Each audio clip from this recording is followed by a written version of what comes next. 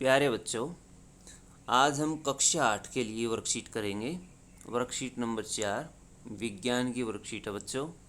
भौतिक एवं रासायनिक परिवर्तन। दैनिक जीवन में हम अपने आसपास बहुत से परिवर्तन देखते हैं, जैसे जलना, लकड़ी का जलना, जंग लगना, वाष्पीकरण आदि।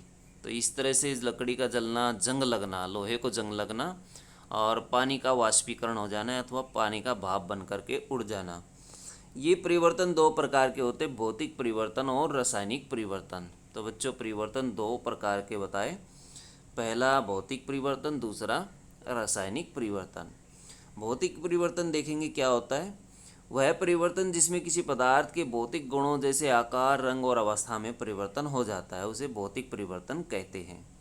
ऐसे परिवर्तन जिसमें कोई नया पदार्थ नहीं बनता अथवा जैसे उसके गुणों में परिवर्तन, नया पदार्थ जो है इन्होंने बताया नया पदार्थ नहीं बनता। जैसे कागज़ के टुकड़े होते बच्चों, कागज़ के टुकड़े कर देते हम, कागज़ से जैसे कागज़ को फाड़ देते हैं, तो उसमें कोई नया पदार्थ नहीं बना है, इसलिए भौतिक परिवर्तन। जल का भाप में बदलना, बर्फ़ का पिघलना आदि क्या है, भौतिक परिवर्तन है। देखिए, है तो कागज़ ही, फाड़ने के पश्चात, टुकड़े करने के पश्चात तो कागज़ के गुणों में परिवर्तन नहीं हुआ है। बर्फ़ जैसे देखिए बच्चों, पानी से बनी हुई है, जब पिघल जाती तब भी वो पानी है, और बर्फ़ के रूप में भी वो पानी है, पानी से बनी है। अब देखिए, बर्फ़ जल का भाप में बदल जाना, भाप में बदलना भी एक भौतिक परिवर्तन है। रासायनिक परिवर्तन वह परिवर्तन जिसमें एक से अधिक नए पदार्थ बनते हैं, उसे रासायनिक परिवर्तन कहते हैं। तो बच्चों, रासायनिक परिवर्तन में पदार्थ बिल्कुल बदल जाता है। सभी नए पदार्थ रासायनिक परिवर्तनों के कारण ही बनते हैं। नए उत्पादों के अतिरिक्त रासायनिक परिवर्तनों में निम्न घटनाएं भी हो सकती हैं, जैसे ऊष्मा निकलती है, प्रकाश निकलता है, या प्रकाश और ऊष्मा का अवशोषण होता है, या उसको सोख लिया जाता है। ध्वनि का उत्पन्न होना, ध्वनि भी उत्पन्न हो सकती है। किसी गैस का बनना, रंग या गंध में परिवर्तन होना।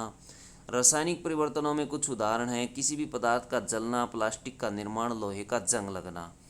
बच्चों, हमने देखा सबसे पहले ऊष्मा और प्रकाश का निकलना या अवशोषित होना।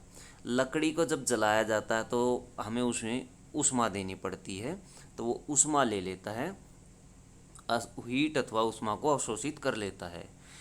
जब लकड़ी जल जाती है, जलने के पश्चात वो प्रकाश हमें देती है, प्रकाश देती है और ऊष्मा भी प्रदान करती है। इस परिवर्तन को हम दोबारा वापस नहीं कर सकते, तो ये रासायनिक परिवर्तन है। इसमें हमें क्या प्राप्त होता है, प्रकाश, ऊष्मा प्राप्त होती है और अवशेष के रूप में राख मिलती है। उस राख से हम दोबारा लकड़ी प्राप्त नहीं कर सकते, इसलिए ये रासायनिक परिवर्तन है। बच्चों, ध्वनि का उत्पन्न होना, ध्वनि उत्पन्न होती है, जैसे पटाखे जलते हैं बच्चों, पटाखे जलने के पश्चात ध्वनि उत्पन्न होती है, और पटाखों से हमें ध्वनि, प्रकाश और राख मिलती है। तो बच्चों, उसके पटाखे के अंदर पूर्ण रूप से परिवर्तन हो गया है, इसलिए ये एक रासायनिक परिवर्तन है। उसमें गैसें भी निकलती है, किसी गैस का बनना, गैस भी निकलती है पटाखे जलाने पर। जैसे मोमबत्ती है, मोमबत्ती में भी गैस निकलती है, कण निकलते हैं छोटे छोटे। रंग या गंध में भी परिवर्तन हो जाता है कई पदार्थों के। जैसे भोजन है, भोजन या दूध को रख देते हैं गर्मी के मौसम में, तो वो ख़राब हो जाता है, उसके रंग और गंध में परिवर्तन आ जाता है। किसी पदार्थ का जलना, प्लास्टिक का निर्माण, लोहे को जंग लगना, देख सकते हैं लोहे को जंग लगना ये चित्र में। इसके ऊपर जो लोहे की ऊपरी परत है उस पर जंग लग गया है, इसके अंदर पूर्ण रूप से परिवर्तन हो गया है। तो इस तरह के परिवर्तन को हम रासायनिक परिवर्तन में रखेंगे। स्वयं को जांचिए। प्रश्न नंबर 1 है बच्चों, निम्नलिखित परिवर्तनों को भौतिक अथवा या रासायनिक के रूप में वर्गीकृत कीजिए। कोयले को जलाना। तो कोयलों को जलाना बच्चों एक रासायनिक परिवर्तन है, क्योंकि जब कोयला जलता है C+O2 हमें CO2 प्राप्त होती है, CO2 कार्बन डाइऑक्साइड प्राप्त होती है, प्लस ऊष्मा भी हमें प्राप्त होती है, ऊष्मा भी कुछ मात्रा में मिलती है। तो बच्चों, ये एक रासायनिक परिवर्तन है। भोजन का बासी अथवा खराब होना भी एक रासायनिक परिवर्तन है।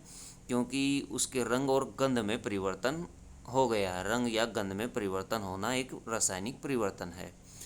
लकड़ी काटना एक भौतिक परिवर्तन है। कैसा परिवर्तन है बच्चों? भौतिक परिवर्तन है। तो ये भौतिक परिवर्तन है। लकड़ी काटी गई है तो वो लकड़ी ही। गुब्बारा फुलाना भी एक भौतिक परिवर्तन है, क्योंकि गुब्बारे से हवा निकाल करके हम दोबारा उसे वापस उसी अवस्था में ला सकते हैं। भौतिक और रासायनिक परिवर्तन के बीच में दो अंतर बताइए। तो दो अंतर आप लिख सकते हैं बच्चों।